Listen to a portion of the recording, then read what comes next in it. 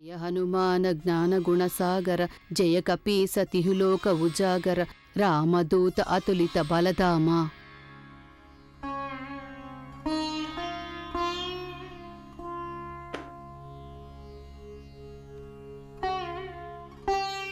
ఏమే గంగా, నేను నీకు పంచిపెట్టమని చెప్పినవన్నీ పంచిపెట్టావా పేదవాళ్లకి?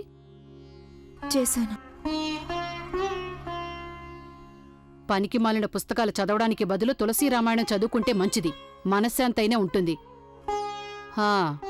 చదవడం దేనికమ్మ గారు? శ్రీరామచంద్రుడి వనవాసం వరకు అంతా బానే ఉంది. కాని శ్రీరామచంద్రుడి భార్య అయ్యుండి కూడా సీతమ్మ వారు కష్టాలు అనుభవించారు. ఆవిడ బాధ గురించి ఎవరూ ఏమీ రాయలేదే. ఇదిగో పిల్ల, ఏదో 4-5 ఆంగ్ల పుస్తకాలు చదువుకున్నంత మాత్రాన నువ్వు ఈ తులసీ రామాయణాన్ని తప్పు పడుతున్నావా? లేదమ్మగారు, నేనొకటే తెలుసుకోవాలనుకుంటున్నాను. అసలు ప్రతి యుగంలోనూ ఆడవాళ్లే ఎందుకు కష్టాలు పడాల్సొస్తుంది?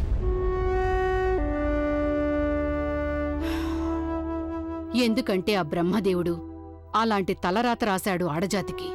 అదే కానీ నేను అడుగుతున్నాను, ఎందుకని? దేవుడికి ఆడజాత అంటే ఏమైనా శత్రుత్వమా? అత్తయ్య గారు, కొంచెం వస్తారా? మీకు ఒకటి చూపించాలి. వస్తున్నా పద.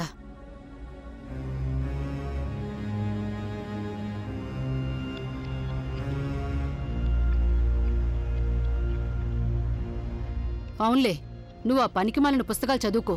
పని పాట చెయ్యాలన్న ఆసక్తి నీకుంటే కదా, చదువుకో చదువుకో. ఏదో పైనుంచి దిగొచ్చాననుకుంటోంది. ఇది చూడండి. ఇదేమిటి? ఇది జాహ్నవి జాతక చక్రం. తన పుట్టిన తేదీ చెప్పి తను తయారు చేయించింది. అది కంప్యూటర్ తొందరగా ఇచ్చేస్తుంది కదా ఇవన్నీ. నాకు తెలుసు, అది నాకు తెలుసు. ఇదేమో మన సాగర్ జాతకం. ఈ రెండు ఒకదాంతో ఒకటి చాలా బాగా మ్యాచ్ అవుతున్నాయి. మ్యాచ్ అయినంత మాత్రాన ఏమిటి కోడలా? చిన్న ఏమైనా తనంతట తాను చెప్పాడా వాళ్ళిద్దరి మధ్య అలాంటిదేదో ఉందని? చెప్పలేదుగా. అలాంటప్పుడు వీటితో పనే ఉంది. చెప్పకపోతే ఏమైంది? అసలు ఇదంతా చెప్పాల్సిన అవసరం ఏముంది అత్తయ్య? సాగర్ జాహ్నవి ఒకరికొకరు ఇష్టపడుతున్నారని అది కనిపిస్తూనే ఉందిగా. చెప్పాల్సిన అవసరం ఏముంది?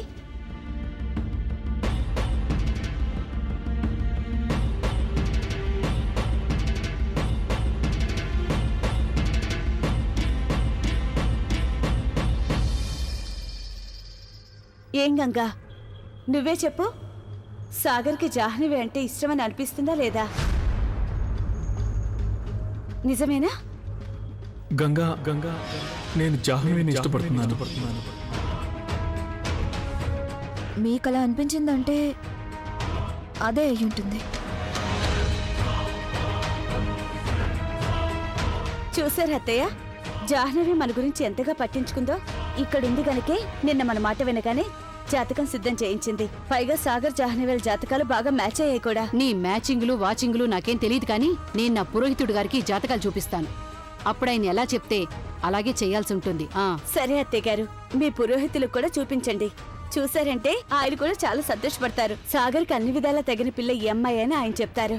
Perfect match.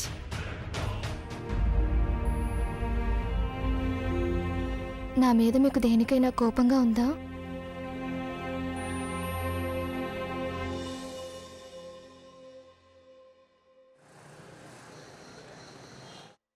అరే అరే చూడు, ఏంటి ఏం చేస్తున్నావు నువ్వు?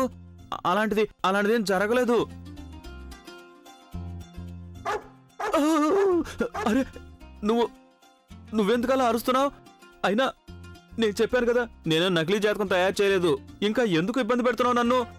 జ్యోతిష శాస్త్రం పేరుతో మోసం చేసేవాళ్ళు చాలా మంది ఉండొచ్చు, కానీ నేను అలాంటి వాడిని కాదు తెలుసా? ఎవరిని నమ్మాలో ఏం అర్థం కావట్లేదు. ఏదో విషయం ఉండే ఉంటుంది, లేదంటే ఊరికే ఎవరినైనా ఎందుకు నిందిస్తారు? మీరందరూ ఏదో మోసపోయి ఉండుంటారు, లేదంటే నేను అలాంటి పని ఎందుకు చేస్తాను? నన్నే అడుగుతున్నావా? నాకు బాగా తెలుసు ఆ నకిలీ జాతకం నువ్వే చేసావని. ఆ జాహ్నవి నా ఫ్రెండే కదా, తనే చెప్పింది నాకు. మీరు చాలా మంచివారట, జ్యోతిష్యుడి గారి చేతిలో కొన్ని డబ్బులు పెడితే చాలు నీ పని అయిపోతుంది అని. నేను నిజం చెప్తున్నానండి, ఈయనగారు రాసిందే ఆ తప్పుడు జాతకం. ఇప్పుడు ఆ జాతకం కారణంగానే నా ఫ్రెండ్ చాలా కష్టాల్లో పడిపోయింది. పెద్ద ఆపద వచ్చింది తనకి. ఇదిగో చూడండి, నేను చాలా మంచిగా రిక్వెస్ట్ చేస్తున్నాను, మర్యాదగా నా వెంటొచ్చి అందరికీ నిజం చెప్పండి. మీరందుకు ఒప్పుకోలేదనుకోండి, జేపీ ఉండు నాన్న, ఆయన గారిని ఖర్చే టైం ఇంకా రాలేదులే. మంచివారాయన, ఒప్పుకుంటారులే, అవునా? ఇప్పుడు నాతో వస్తున్నారా లేదా? లేదంటే నేను డైరెక్ట్గా పోలీస్ స్టేషన్కి వెళ్తాను. అప్పుడు వాళ్లే చెప్పిస్తారు నీ చేత నిజం.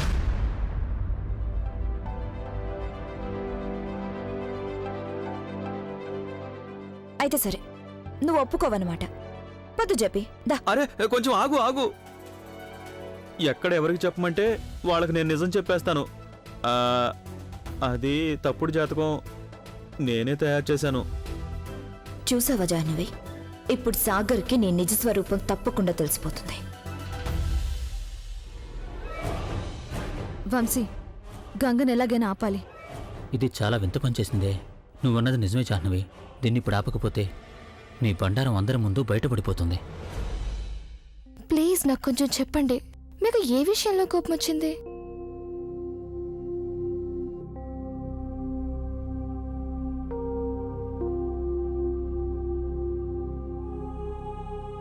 ప్రదీప్ ప్లీజ్. సుప్రియా, నేను నీకో సంగతి చెప్పాలి. అది నీకు చెప్పకపోతే నా ఈ అశాంతి గాని, నీకు నా చిక్కు ప్రశ్న గాని ముగిసిపోయేలా లేవు. అసలు అదేంటంటే, అరే మమ్మీ వద్దు వద్దు వద్దు ప్లీజ్ సాగర్, ప్లీజ్ సాగర్, వద్దు మమ్మీ చెప్పేది వద్దు విను. ప్లీజ్. సాగర్ని నాకు అసలు ఒక మాట చెప్పు, జాహ్నవి జాతకం చూపించాల్సిన అవసరం ఏమొచ్చింది? అయినా ఇవన్నీ నువ్వు నాకెందుకు చెప్తున్నావు ఇప్పుడు? కానీ పెళ్లి చేసుకోవాల్సింది నువ్వే కదా.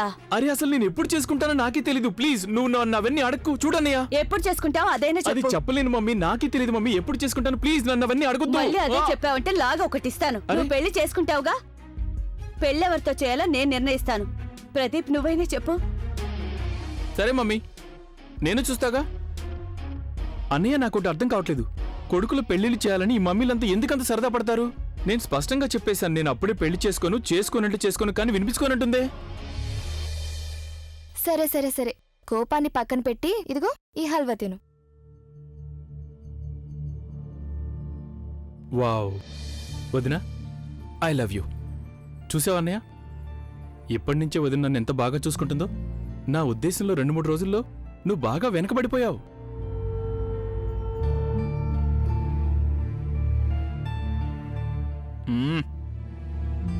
చాలా బాగుంది వదిన. నీకు తెలుసా, మా అన్నయ్య ఇవాల్టి వరకు నాకు ఎలాంటి సమస్య వచ్చినా నాకు తోడుగా నిలబడ్డాడు. ఆల్వేస్. ఎలాగో తను నాకు అన్నయ్య అవుతాడు. అంతకంటే ముఖ్యంగా నాకు చాలా మంచి స్నేహితుడు. నేను మీకు ఖచ్చితంగా చెప్తున్నాను, అన్నయ్య కంటే మంచి లైఫ్ పార్ట్నర్ వేరే ఎవరు దొరకరు. He is the best and you are very lucky.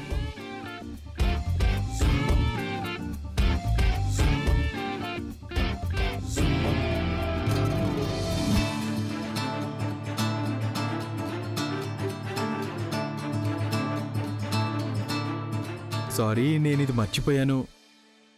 అన్నయ్య పక్కన చోటు మీదని మర్చిపోయాను. అది ఖచ్చితంగా మీదే కదా? 1 మినిట్. అయినా కూడా ఆయన వస్తువులన్నిటి మీద మీకే కదా పూర్తి హక్కుంది. వద్దు, అదేం అవసరం లేదు. నువ్వెందుకు కంగారు పడుతున్నావు? It's okay. నేనేం కంగారు పట్టలేదు. Just 2 minutes, okay?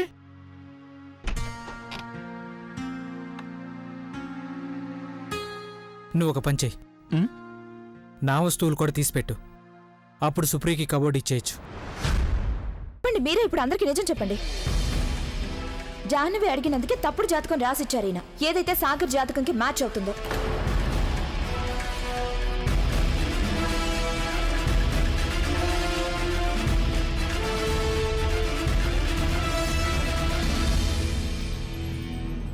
వాట్?